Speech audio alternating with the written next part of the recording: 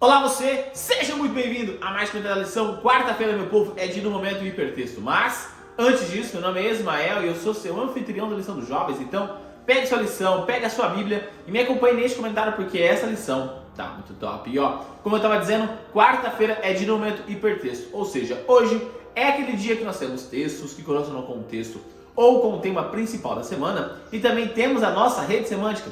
Ismael, o que é rede semântica? Não entendi muito bem esse conceito, acabei de chegar. Então calma, meu jovem, calma, minha jovem, que eu já vou te explicar. Rede semântica nada mais é do que um joguete de palavras, uma associação de palavras, onde nós temos uma palavra-chave. E partindo desta palavra-chave, nós fazemos algumas associações com outras palavras que vêm à nossa cabeça quando nós olhamos para essa palavra-chave. Por exemplo, a palavra-chave dessa semana é a palavra ação. E aí, qual é a sua rede semântica? Quais são as palavras que você associa quando você olha para a palavra ação? Então, faz o seguinte, posta lá no seu Instagram e me marque, @Ismael_Nunes, que está aparecendo aqui embaixo. E também coloca aqui nos comentários do YouTube, porque além de você ajudar a proclamar a mensagem de Deus a toda língua, tribo, nação e povo, você também vai estar auxiliando as pessoas que não entenderam muito bem o conceito da rede semântica a entender mais sobre essa coisa maravilhosa. Quando eu olho para a palavra ação, dentro do ponto de vista que nós estamos estudando na lição aqui, da ação do Espírito Santo em nós e da nossa ação dentro da igreja, eu só consigo lembrar de um texto de Paulo lá na primeira carta dele aos Coríntios, lá no capítulo 12, e eu quero ler para vocês. 1 Coríntios capítulo 12, quero ler para vocês aqui do verso 12 até o verso 27. E aqui Paulo escreve assim, ó: Ora, assim como o corpo é uma unidade, embora tenha muitos membros, e todos os membros, mesmo sendo muitos, formam um só corpo, assim também como a respeito a Cristo. Pois em um só corpo todos nós fomos batizados, em um único Espírito, quer judeus, quer gregos, quer escravos, quer livres. E a todos nós foi dado beber de um único Espírito. O corpo não é feito de um só membro, mas de muitos. Se o pé disser, porque eu não sou a mão, não pertence ao corpo, nem por isso deixa de fazer parte do corpo. E se o ouvido disser, porque não sou o olho, não pertence ao corpo, nem por isso deixa de fazer parte do corpo. Se todo o corpo fosse olho, onde estaria a audição? Se todo o corpo fosse o ouvido, onde estaria o olfato? De fato, Deus dispõe cada um dos membros no corpo, segundo a sua vontade. Se todos fossem um só membro, onde estaria o corpo? Assim há muitos membros, mas um só corpo. O olho não pode dizer à mão, não preciso de você. Nem a cabeça pode dizer aos pés, não preciso de vocês. Ao contrário, os membros do corpo que parecem mais fracos são indispensáveis. E os membros que pensamos ser menos honrosos, tratamos com especial honra. E os membros em que nós são indecorosos, são tratados com decoro especial. Enquanto os que em nós são decorosos, não precisam ser tratados de maneira especial. Mas Deus estruturou o corpo, dando maior honra aos membros que dela tinham falta, a fim de que não haja divisão no corpo, mas sim que todos os membros tenham igual cuidado uns pelos outros. Quando um membro sofre, todos os outros sofrem com ele. Quando um membro é honrado, todos se alegram com ele. Ora, vocês são o corpo de Cristo e cada um de vocês, individualmente, é membro desse corpo. Por que esse texto me vem à cabeça? Porque Paulo aqui, ele destaca algumas coisas muito importantes.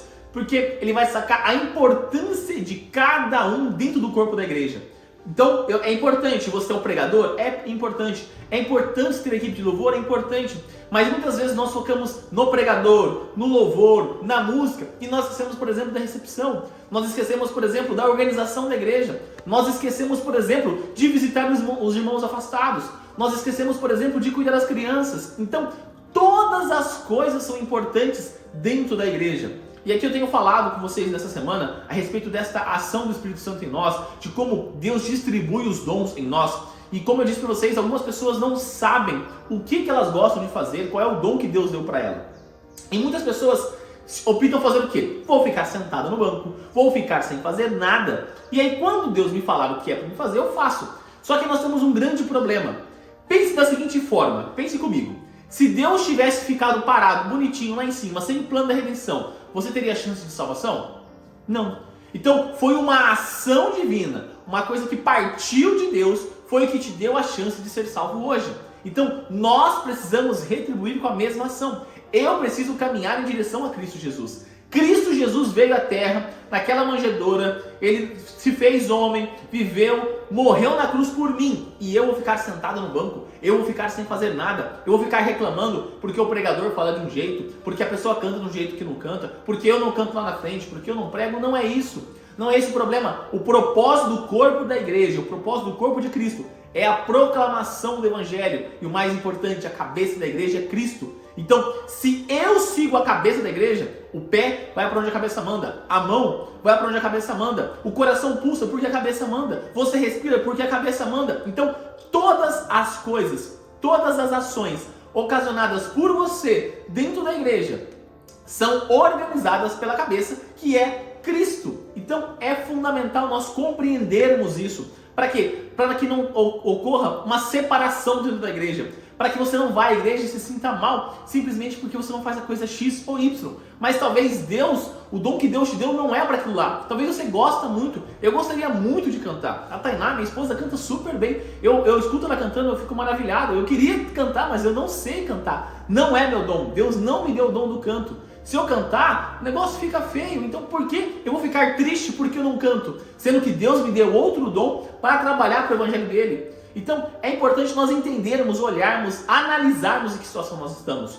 E não ficarmos sentados, parados, porque o amor de Cristo motiva eu e você a caminharmos em direção a Ele e a caminharmos em direção a outros para levarmos a Ele. Então essa motivação precisa fazer todos os dias esta ação no nosso ser. E essa ação começa através da oração. Essa ação começa através do estudo da lição. Essa ação começa através do estudo da Bíblia. Essa ação começa através da proclamação do Evangelho. Essa ação começa através do estudo do Espírito de Profecia. Então, quando parte de mim o desejo de conhecer a Cristo, Cristo se derrama em mim, me transforma, me dá força para obedecê-lo, me dá força para acompanhá-lo. Então pense da seguinte forma: pense que seu pé não obedecesse a sua cabeça, não teria condições o seu pé andar para onde ele quer.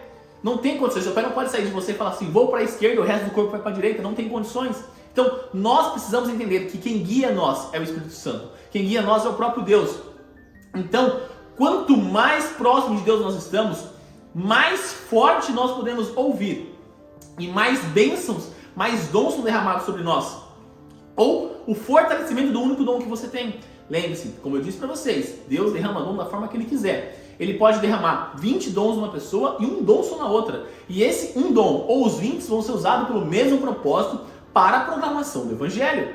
Então, não fique triste pelas coisas que você não tem, mas peça a Deus pelas coisas que você já tem, que você melhore naquele aspecto, que Deus te dê mais força, para que a sua ação seja uma ação de amor, uma ação de entrega, uma ação de quem busca Cristo, uma ação de quem realmente quer levar pessoas ao Pai, uma ação de uma igreja unida, unificada, com o propósito de ser uma igreja remanescente aqui, de ser uma igreja que está proclamando a verdade bíblica, a verdade que foi jogada por terra, uma igreja que se posiciona contra as mentiras de Satanás, uma igreja que fala, eis a verdade, e a verdade é, o nosso Redentor está vivo, em breve irá voltar, e você precisa estar preparado para isso. E quando nós falamos isso, é de realmente estar preparado. Se Cristo voltasse hoje, você acha que você estaria salvo ou perdido? Nas suas ações, nos seus pensamentos, no seu relacionamento com Cristo, em que situação você estaria? Dentro da Nova Jerusalém ou fora da Nova Jerusalém? Qual é o aspecto da tua vida? Lembre-se, Cristo já fez o que precisava fazer. Cristo faz hoje ainda em nós a boa obra, mas nós precisamos deixar Ele agir em nós. Nós precisamos abrir o nosso peito para o Espírito Santo, para que Ele trabalhe em nós. Se nós não partirmos na direção de Cristo, Cristo não vai mudar em nós, porque nós temos o livre arbítrio. Eu posso escolher estar salvo ou estar perdido. É uma escolha minha. Cristo me dá a oportunidade de estar salvo, mas se eu escolher estar perdido, Ele não vai proibir, não vai me sequestrar e me levar para o céu, porque não é aquilo que eu quis. Então, nessa quarta-feira eu quero deixar essa reflexão para você. As suas ações, os seus pensamentos, os seus desejos, as suas vontades estão te levando para onde? Para o mesmo caminho da igreja, para o mesmo caminho do corpo de Cristo, ou você que está tentando ser um membro independente?